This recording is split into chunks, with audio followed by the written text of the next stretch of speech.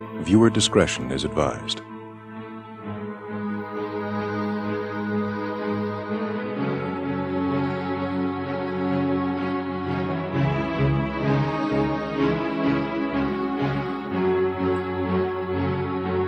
Across America, there are 330,000 churches of various denominations. In small towns to major metropolitan areas, everyone is protected under the Constitution of the United States of America to worship the religion of their choice. If one wishes to worship Satan, or to start a church that worships Satan, that person and church would be protected under the Constitution.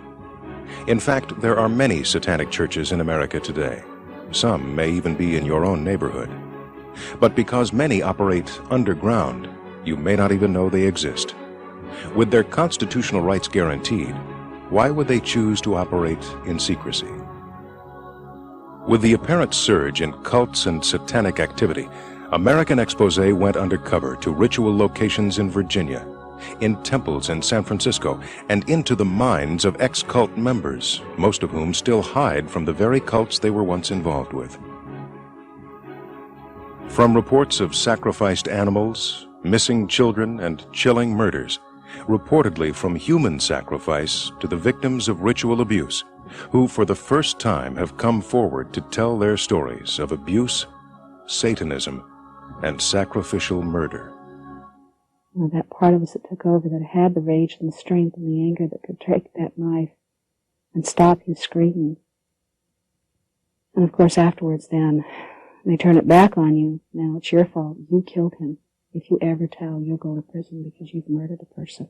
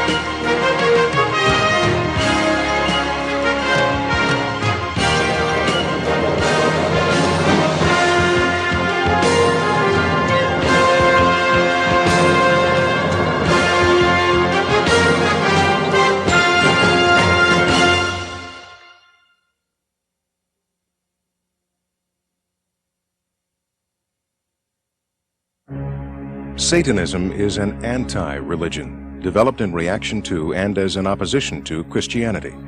It is the mirror image, the dark side of Christianity, and it shares the same history, mythology, and worldview as Christianity. Satanists regard Satan as equal in power to the Judeo-Christian god Yahweh, and base much of their mythology on Milton's Paradise Lost, wherein Satan was the loser in a civil war fought in heaven before the creation.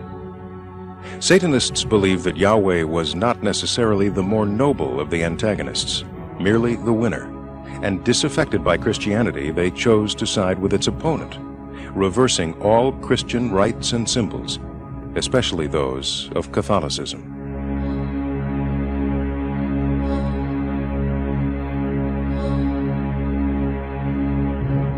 The root ideas of Satanism go far back to what are called the Gnostic sects, who saw the world about them as profoundly evil, as the real hell, and life on earth as a sentence served in a prison. They took direction from the New Testament that the god of this world was indeed the devil.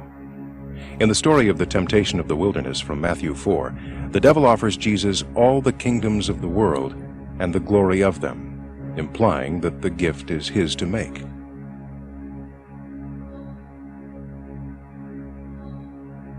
In John 12, verse 31, the devil is called the ruler of this world. And in 2 Corinthians 4, verse 4, Paul says that the devil who rules this world has blinded the minds of those who do not believe. Some Gnostics attacked Jesus as the evil son of the evil father, and glorified Judas Iscariot for betraying him, and further believed that the 10 Commandments and other moral rules were intended to keep men in subjugation.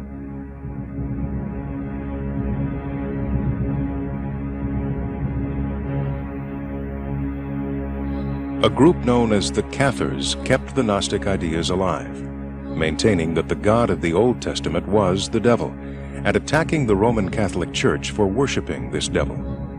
Some Cathars, according to church records, began to see the devil of the Catholic Church as the true God. A Satanist was one who renounced Christ and his church and blasphemously maltreated its sacred objects, symbols, and ceremonies, who adored the devil in the form of a man or a goat or some other animal, who sang and danced in the devil's honor, and who reveled in child slaughter and cannibalism, indiscriminate sexual orgies, perversion, homosexuality, and every species of crime and abomination. Around the turn of the century, Aleister Crowley became an active anti-Christian and is generally credited with the introduction of Satanism into modern society. Crowley once baptized a toad as Jesus Christ and crucified it, reveling in its agonies. He was the self-proclaimed Great Beast 666, an adventurer, sexual compulsive and heroin addict who relished his media epithet of the wickedest man in the world.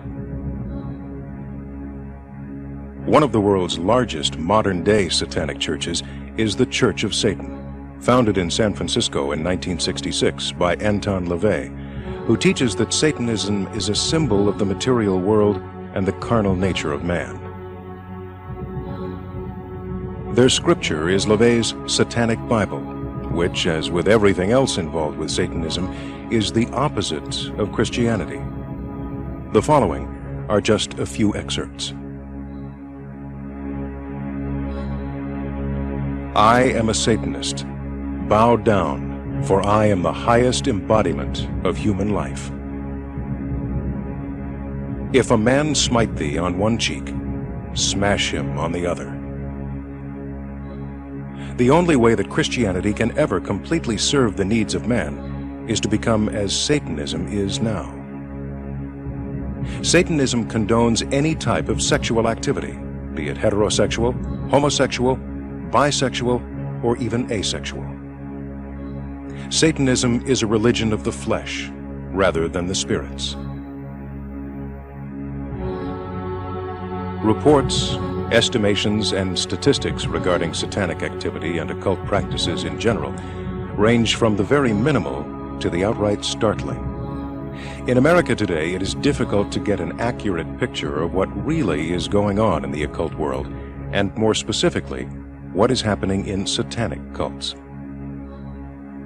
Conservative reckonings estimate 200,000 witches and/or neo-pagans in the United States alone, reported by the Bay Area Pagan Association. And Walter Martin, author of Kingdom of the Cults, said that an estimated 60 million Americans are involved in cults, and another 60 million dabble in the occult.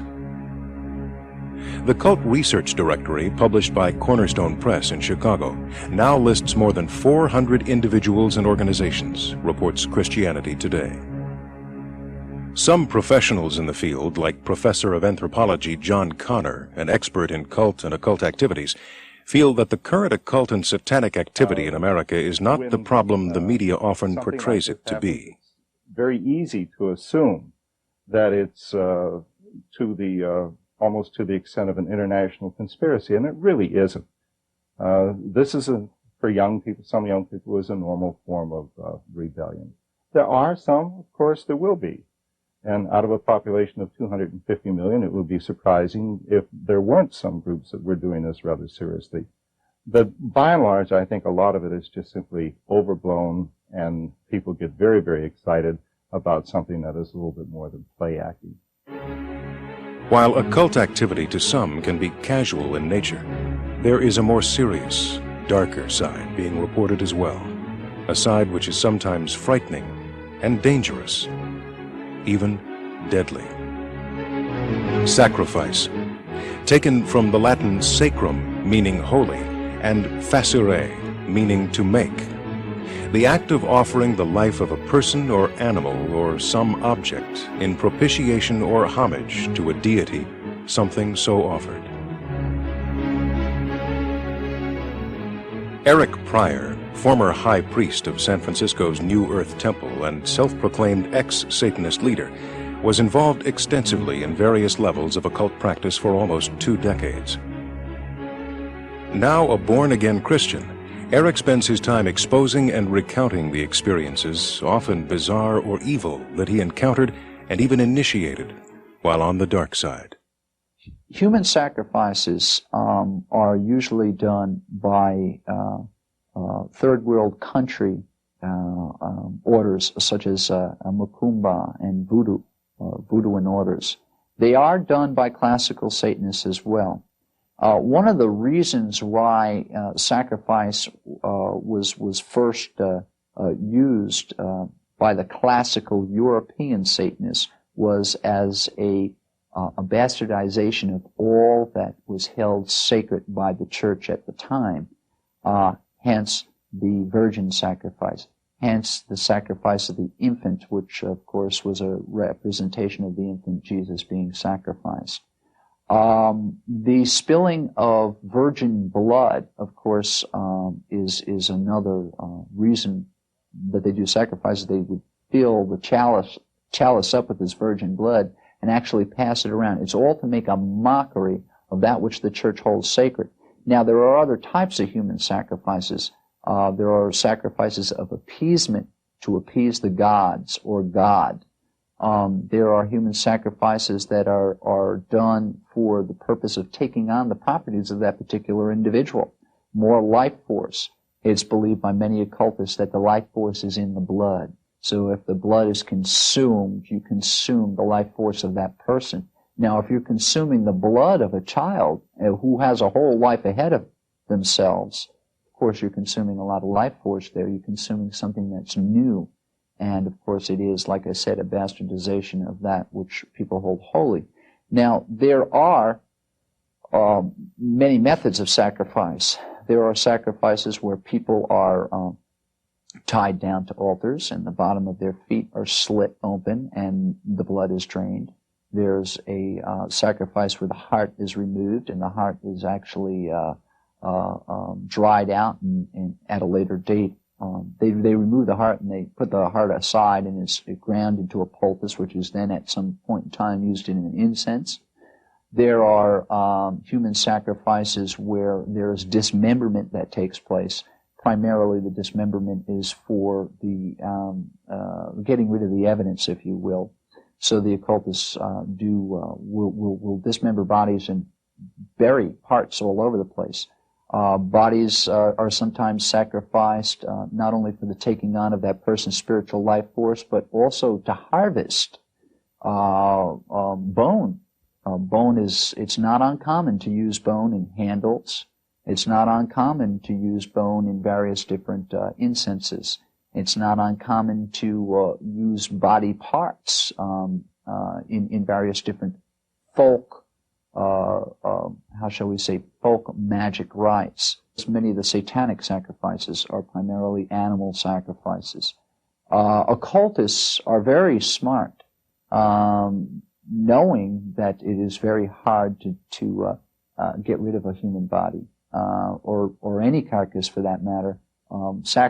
Animal sacrifice is preferred. Well, human sacrifice is preferred by many orders, but let's just say animal sacrifice is what is used more often. There's very few ordinances with reference to that. And so, for instance, I hacked a horse's head off in Modena, New York. It took me a great deal of time to do it. What was I trying to do? I was trying to harvest the strength and power and speed of that animal. Now, mind you, when I was doing this, I was also drinking psilocybin tea at the time, clad only in the sky, or sky-clad, nude, out in the middle of a ranch in upstate New York. And I painted myself from head to toe with the blood of this animal and went on this very bizarre psilocybin trip. When you get involved with sacrifice, it really does do something to you. There is a bloodlust that does develop. I've even sacrificed my own blood. I still bear to this day scars that actually I took a dagger like you see here, a ceremonial dagger like this, and actually stuck myself in the arm as far as I could go and just split my arm wide open and shared the blood with covenants where I mixed various different bodily fluids in it as well as hallucinogenics and shared it as a sacrament. This is not an uncommon thing. A lot of people that are sacrificed for occultic purposes, accepting, let's just say, group sacrifice, okay, happens here in the United States. That I do know. I have intimate knowledge of that. But individual sacrifice is the more common thing. And what I mean by that is an individual magician or an individual occultist, whether it be a Satanist or a ceremonial magician or practitioner of voodoo or whatever, these kind of people are the ones most prone to human sacrifice. When human sacrifice takes place, generally, you don't want anybody around to tell the story. Eric Pryor is not alone in witnessing sacrifice. While American Expose was investigating in Richmond, a 19-year-old girl who would only give us the name Sarah agreed to tell her equally graphic and chilling story, as long as we agreed to protect her identity. Some of the most common rituals that I observed when I was practicing was the sacrifice of animals, whether it be a chicken, a cat, or a dog, any animal that was easily accessible. I witnessed the leader of our cult brought in a newborn child and placed it on the altar. The child was drugged to avoid any screaming. We chanted and walked around it, and our leader actually pulled out a knife and cut the child open. Sarah gave the alleged ritual location as Bell Island, an abandoned pump house in the center of the James River in Richmond, Virginia. Our American Expose crew investigated the location and found satanic graffiti.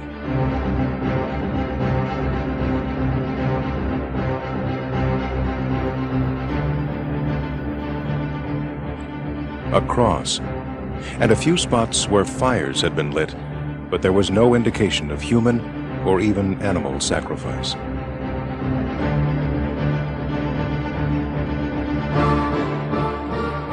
Ritual abuse is defined as a brutal form of abuse consisting of physical, sexual, or psychological abuse involving the use of rituals. Although it is not always satanic, most survivors, like Mary Clausen, state that they were abused as a part of satanic worship. My abuse started when I was about 18 months old from my real father, and it was sexual abuse up until 4.5 when they divorced. Through the people that were caring for us while my mother worked or played around, she was very dysfunctional herself, there was a year of satanic, occultic activity, severe abuse for the year, a lot of torture, a lot of ritual. I saw perhaps 9 people murdered and had to take part of it. There was a lot of heavy-duty programming, mind control. And the way we survived it to start off with was to create other parts of ourselves. So we developed MPD, multiple personality disorder.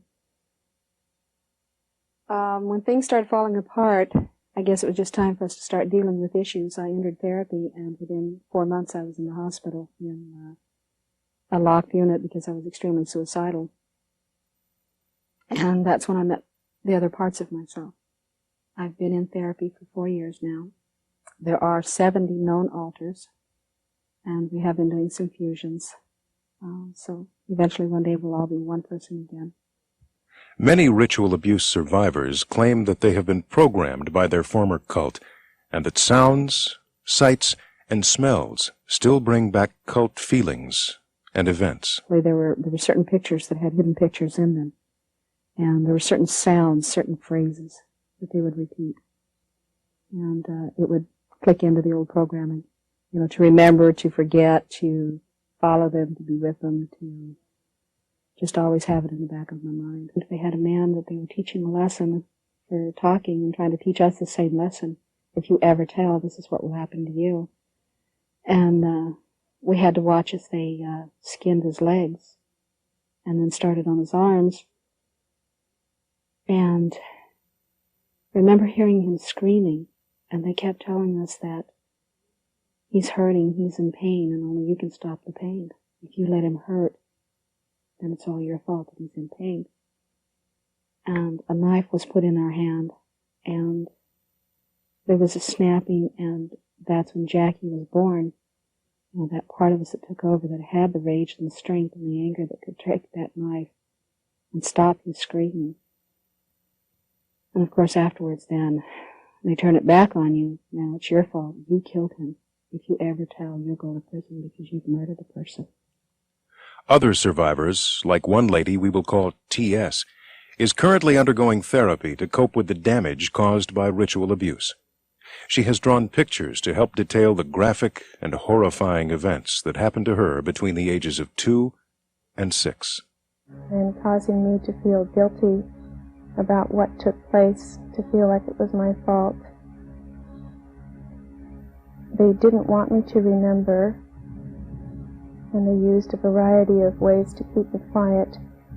One of those ways was to, if I remembered, I was supposed to cut myself and take a knife and cut my wrist, and they had me go through that motion, and I have a scar on my wrist, and I worked through that memory in the picture.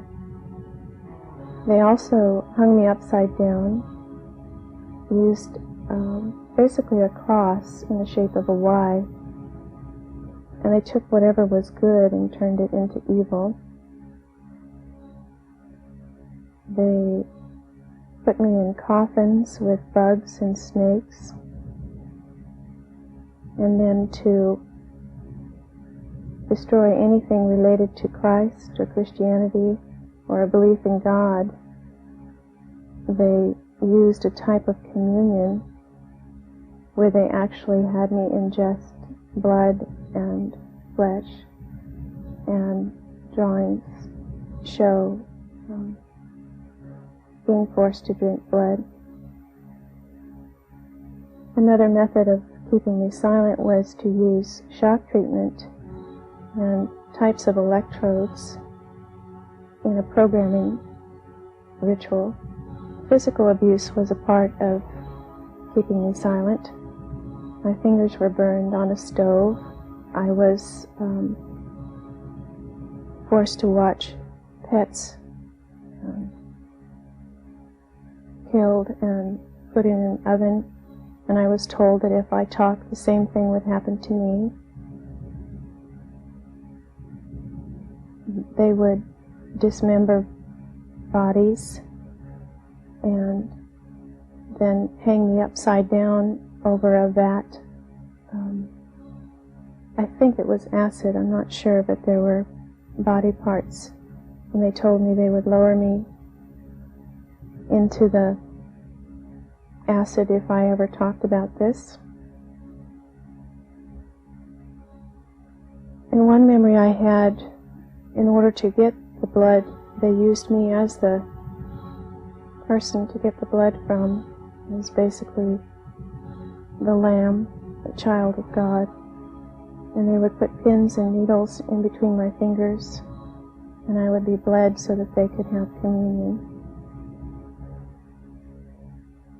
The number 3 is an important number to the Satanists because it represents the Trinity, and they are very fond of abusing that age child, as well as abusing the number and using it throughout the rituals. And on my 3rd birthday, I was severely abused. Another way to keep me silent was to use a gun. Pornography, child prostitution brings in big money, and they terrorize children by using common childhood things. In my case, I was given lots of clowns to keep in my bedroom. And if I woke up in the morning after they told me to go to bed, and I told them about what happened, or that the clowns had abused me, they always said it was my imagination, and they thought I was talking about the clowns in my bedroom, and that I just had a bad dream. That's what they will tell the children. When in fact I have recovered memories of being abused with them wearing clown masks. They did force me to participate in the torture and death of a woman who I later recovered the memory of being my teacher. She found out what was happening and she knew too much. And of course I was the one that talked, and so I was the one that had to cause her to die. As children are in most cases the victims of Satan worship, and animal or human sacrifice is so unbelievable, the credibility of the victim is such that prosecution is very difficult and sometimes impossible.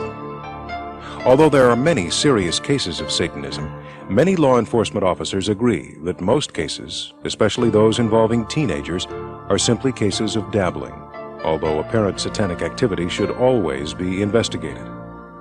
Probation Officer Kelly McGee has dealt with satanic cases involving teenagers for 10 years. As a probation officer, a lot of times you deal with young adults that have a number of problems, whether they have family problems, self-esteem problems, things of that nature. We refer a lot of individuals for professional counseling. I believe that in some situations, these individuals are looking for things that may excite them a little bit, make them feel worthwhile, and maybe have some kind of shock value on society. And believe me, satanic activity does bring about a shock value to people, especially John Q. Public. The media hasn't really been able to grasp a hold of what's going on with satanic activity, and a lot of times they'll take little bits of information and make it to the point where it sounds like there's a major problem. I don't believe at this point, I should say that I don't have any factual evidence that there is a major problem with satanic activity and cult activity in this area. But I think you have to keep an open mind and look at all the facts. And anytime you do have a situation where you find a ritual site or you find graffiti that shows some kind of satanic situation, then you need to look at it and investigate it. And I think the big thing is if you keep your mind open. Parents need to keep an open mind. A lot of times parents and people in general will close their eyes to things that they don't want to hear. If you keep an open mind and try to know your kids and learn what your kids are all about, I think that'll be a big step into understanding what's going on, and then being able to identify any problems that may arise or situations that you might see that you might need to look for help and not keep a closed mind. To better understand something like Satanism, you must first know the signs, some satanic or cult symbols and definitions. Altar. An altar is a table, shelf, or platform set apart from the mundane and used exclusively for religious rites and the ceremonial arrangement of sacred paraphernalia. Baphomet. A Baphomet is the goat-headed god of carnal lust and materiality, commonly depicted as the devil and the most popular deity for modern Satanists. Inverted cross. The inverted cross is the generic symbol of Satanism that represents the rejection of all that Christianity stands for. Pentagram. A pentagram is the five-pointed star used as a mandala for magical conjurations. It represents the human figure with head, arms, and legs, and is more often known as the generic symbol of witchcraft. Anarchy. The anarchy is the symbol of no government and is typically the sign of rebellion against any authoritative power. Pastor Gordon L. Coulter, a former Los Angeles police officer and current pastor at the El Camino Community Church in San Diego, has dealt with youth that have been involved in satanic activity. Some of the signs to look for among young people have to do with alienation. When kids start to find themselves alone and alienated from the main group at school or the community, that's a good sign to note.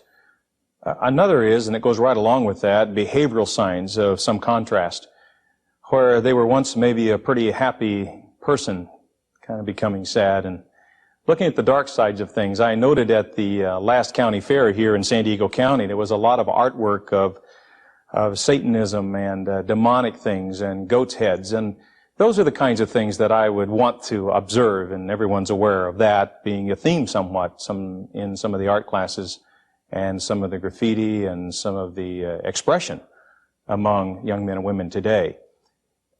Another thing is the grades start to fall down and the interest in school is less than it ought to be. They start to cut classes and start to hang out with other kids, maybe even away from the campus. And so there are those kinds of social signs. Their friends change.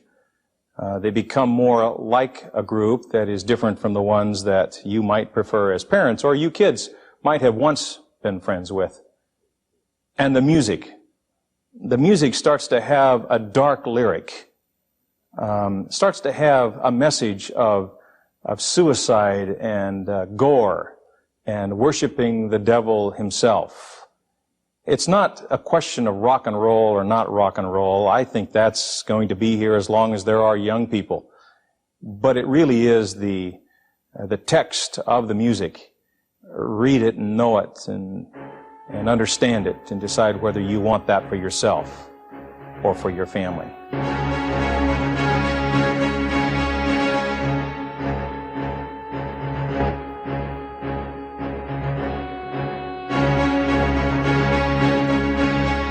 Even though Americans are protected by the Constitution to practice their religion, many believe that some cults have gone too far.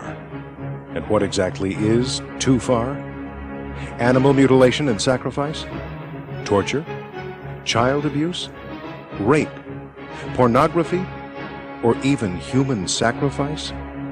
When does constitutional religion that allows this activity end and law enforcement intervention begin? Many experts believe that most satanic activity is a media exaggeration. But how can so many victims and ex-cult members have such vivid memories if it is just their imagination? With the secrecy of satanic cults, we may never know if future generations are affected by the criminal elements of some cult activity, unless we open our eyes and take action before it is too late.